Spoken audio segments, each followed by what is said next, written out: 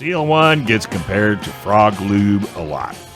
Well, they're different, very different. With Frog Lube, you need degreasing solvent, lubricants, protectants. And how many different types of Frog Lube do you need? It's just too much and way more work than it needs to be. So with Seal1, it's one and done. Wipe it on, wipe it off, and you're done. Buy some now at seal1.com. And we want a big shout out to Seal1 for sponsoring Sam the Gunman. Yeah, big shout out to Seal1. You guys are the best. Dwight, you are a gentleman, a scholar, and a fine judge of scotch. So thank you so much for all that you do for Gun Owners Radio, and see you at the gun show next weekend. Okay, time for everybody's favorite segment, Stump My Nephew. We found out years ago that my nephew Sam, the gunman, is really good at gun trivia. So if you send in a question, we read it on the air, you get a hat or a shirt, and if you stump my nephew with your question, well, you get something special. Let's see, today you're fighting for 2 free tickets to Gun Prom. So let's see what we can do. Sam, how you doing, man? I'm well. How are you guys? Good, man. I think this is a good question. I think you're going to like this question. Does that mean it's hard, or? Oh, you're just going to like it. I think it's interesting. It's specific, so it's like one of those, you either know it or you don't know it, but it's a good quality question. It's not some weird like, hey, what did Patton's cat carry for a sidearm or whatever, you know. And Alicia likes it because she's been saying it over and over. I've been practicing. Yeah, the Lone Ranger's nephew's horse. Right. Fred. Okay. I always figured Patton for more of a dog guy than a cat guy. I don't know. That's why it's a bad question. And what kind of vehicle do you think Patton drove? Tank. A U.S. Army issue Jeep while he was at work. That's exactly correct. He had a bulldog. Didn't he have like a bulldog? I don't know.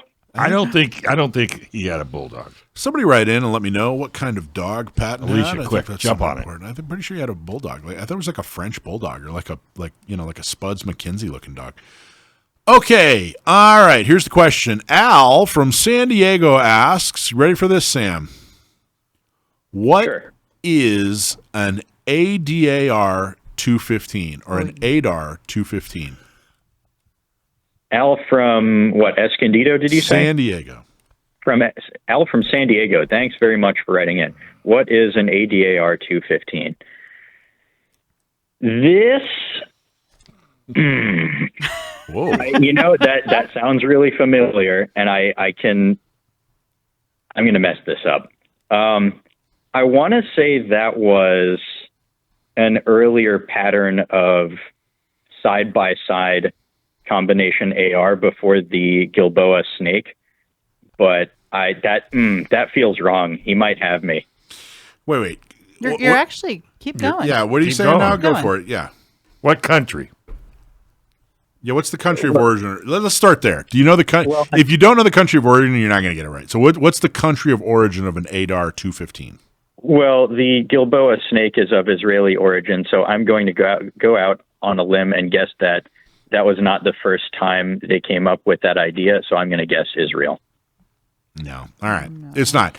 Okay, an ADAR 215, that's okay. It's a good question. When I read the answer, you're going to like it. Well, you said he's either going to know it or not. But you either know it or you don't know it. Okay, so it's an ADAR 215. It's basically a Russian version of an AR-15 with the following differences, and it still uses 5.56. One, it's got wooden furniture. Both the stock and handguard are wood. It's made in Russia, and it's made for the Russian civilian market, specifically for hunting and shooting sports. So there you go. And by the way, Patton's dog was Willie, and it was a bull terrier, thanks to Todd, our board op. Oh, there you go. That's McKenzie. Yep. Well, Al, you got me. That was a good one. That was a good one. It's kind of interesting. If you look up a picture of an ADAR 215, it looks like a AR 215. Like Grand, maybe? Well, it's like I don't know. It looks like a novelty gun, with the wooden furniture. Well, it is Russian. Yeah, it's true. But I guess the wooden furniture is indicative of it being why would you call for it civilians. Furniture? That's the term. Hey, Sam, why do they call it furniture? Because it furnishes the weapon, I guess. Yeah. He made that up. I could tell on that one. There wasn't a lot of thought that went into that answer. Well, now Al has me curious. Does the answer he provided happen to specify whether it is produced with the dimensions all converted to metric, or did they have to buy separate tools in imperial dimensions? Not on there. Yeah, Doesn't say. It's a good question. That's a little deeper. So you stumped Al. Yeah. Now Al owes us. I get to go to Gun Prom for free, Al, because. Well, Russian gunsmiths listening to this show, all 0 of you, please let me know because I'm curious. All 0 of you. I'm looking it up. It doesn't even have its own Specs. I didn't see Wikipedia page. Mm-hmm. How similar is a Russian ADAR 15 to our AR 15? I don't know. There's a lot of stuff. Anyway, that's what it is. So check it out. If you get really bored, Google ADAR, ADAR, all caps, 2-15. ADAR 215. I see what you're talking about, that side-by-side AR. I know what you're talking about. When you started going down that road, the 215, that makes sense. Yeah. Well, yeah, that was a tough one. He got me. So congratulations, Al. You get to go to Gun Prom for free. You stumped my nephew, and we all learned something. Hey, how's it going with your optics series? Good. The third entry, if I'm counting correctly, the third entry in my Introduction to Optics blog post series is up now and has been since last Monday. And this most recent one, the first two talked about conventional rifle scopes, the dimensions and the specifications and the features. This most recent one talks about reflex sights and holographic sights a little bit. Now, there have been many thousands of words written on the topic and the difference between the two. So what I try to cover is for the perspective of someone who knows nothing about optics at all, and just doesn't know what he or she is looking at on the shelf. Just trying to provide that basic level of foundational knowledge. That's great. That's interesting. Is there anything in particular that you learned? Well, because I know a lot of this, you could almost, it just was like, second nature. It just came from memory. Was there anything in particular that you learned? Well, no. What these posts are really me taking information I used to convey verbally when I worked in a store for a few years. Things that customers would ask over and over again. Just trying to write that all down in a nicely formatted form with some illustrations and fewer grammatical mistakes than I make when I'm speaking. So it's a little bit easier to consume.